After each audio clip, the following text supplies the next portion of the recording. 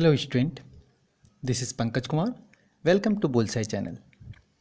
Student, in this video I am going to explain what is Boyle's law and Boyle's law से related numericals को कैसे solve करते हैं इस चीज़ के बारे में वीडियो के इस सेशन में हम लोग जानेंगे.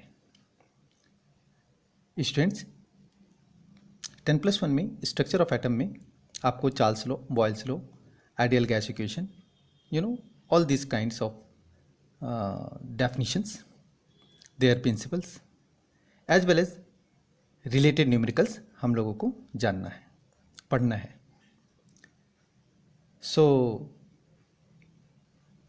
one by one I am going to explain the principles, laws and numericals with the help of some examples. So video के अंत तक बने रहिए. Of course at the end of the session you can understand each and every law. Student, let's start this session. Boyle's law, what is Boyle's law? At first हम लोगों को जानना है. तो boils law states that the volume of a given mass of a gas is inversely proportional to the pressure where temperature remains constant. That is, V whereas is 1 by P or PV equal to constant. Finally, mathematically, we can write P1 V1 is equal to P2 V2. It means student कि Boyle's law ये बताया कि volume यानी आयतन of a given mass of a gas, किसी gas का दिया हुआ मास का जो वॉल्यूम है ना, मास आयतन जो है किसी दिए हुए गैस का, वो इन्वर्सली प्रोपोर्शनल होता है, यानी व्युक्त कर्मानुपाती होता है प्रेशर का यानी दबाव का, जहां टेम्परेचर कांस्टेंट रहता है. फिर से सुनिए student, what is Boyle's law? Boyle's law states that volume of a given mass of a gas is inversely proportional to the pressure where temperature remains constant. ठीक है, तो जो गैस का आयतन है वो दबाव का यानी दाब का व्युक्त कर्मानुपाती होता है, अर्थात वॉल्यूम बढ़ेगा तो प्रेशर घटेगा, प्रेशर बढ़ेगा तो वॉल्यूम घटेगा.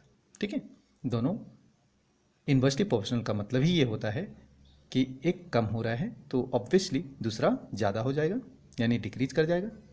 अगर एक फर्स्ट इंक्रीज हो रहा है तो दूसरा डिक्रीज करेगा, और अगर डिक्रीज हो रहा है तो दूसरा इंक्रीज करेगा.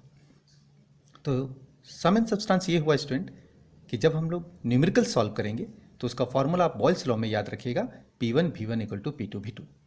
अब बात करते हैं P क्या है, तो प्रेशर. प्रेशर या तो बार में रहेगा या ATM में रहेगा या टार में रहेगा. वॉल्यूम जो है वो सेंटीमीटर क्यूब में रहेगा, मीटर क्यूब में रहेगा, लीटर में रहेगा या डेसीमीटर क्यूब में रहेगा, क्यूब में जरूर रहेगा. और चूंकि इसमें टेम्परेचर कांस्टेंट है तो दिया भी रहेगा तो उसको लेना नहीं है. तो इसको एक एग्जाम्पल के एक क्वेश्चंस की हेल्प से अंडरस्टैंड करते हैं कि how to solve numerical based on Boyle's law. तो देखिए क्वेश्चन मैंने लिखा है, ध्यान से 1 or 2 टाइम्स क्वेश्चन पढ़ना चाहिए, so that at first we have to know what we have and what we have to find out. Use the formula, of course we can find out the result. What will be the minimum pressure, means pressure निकालना है, required to compress 500 decimetre cube. तो ये जो 500 decimetre cube of air दिया है eight 1 बार, तो ये है पहला वाला बार यानी P1 है. तो मैंने लिखा, देखिए गिवन P1 इक्वल टू 1 बार. मैंने अभी कहा कि प्रेशर जो है वो बार में, ATM में, टार में दिया जा सकता है. और वॉल्यूम जो है, जैसे यहाँ पे 500 डेसीमीटर क्यूब है, इनिशियल वॉल्यूम है, इसलिए इसको V1 equal to 500 decimetre cube लिखा मैंने. और लास्ट में 200 डेसीमीटर क्यूब हो जाएगा, मीन्स ये V2 है 200 डेसीमीटर क्यूब.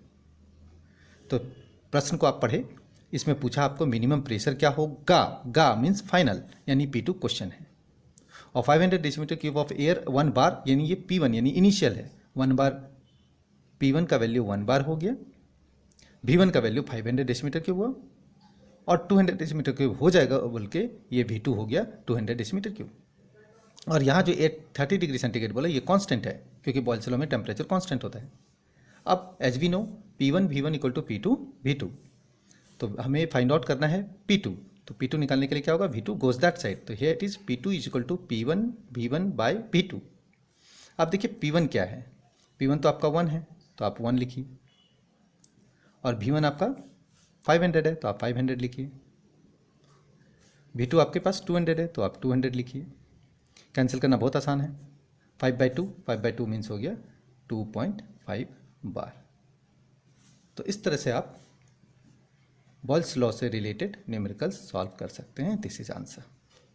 ओके, तो इससे रिलेटेड जो भी आपके एक्सरसाइज या बुक में क्वेश्चंस हैं आप उसे ट्राई करें। Of course you can understand, you can solve numericals based on Boyle's law.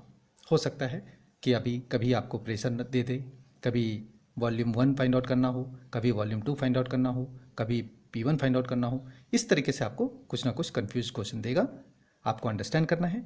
That's why question को 1 और 2 टाइम्स रीड कीजिए। Of course you can understand and rest of the sums you have to practise. Thanks for watching this video.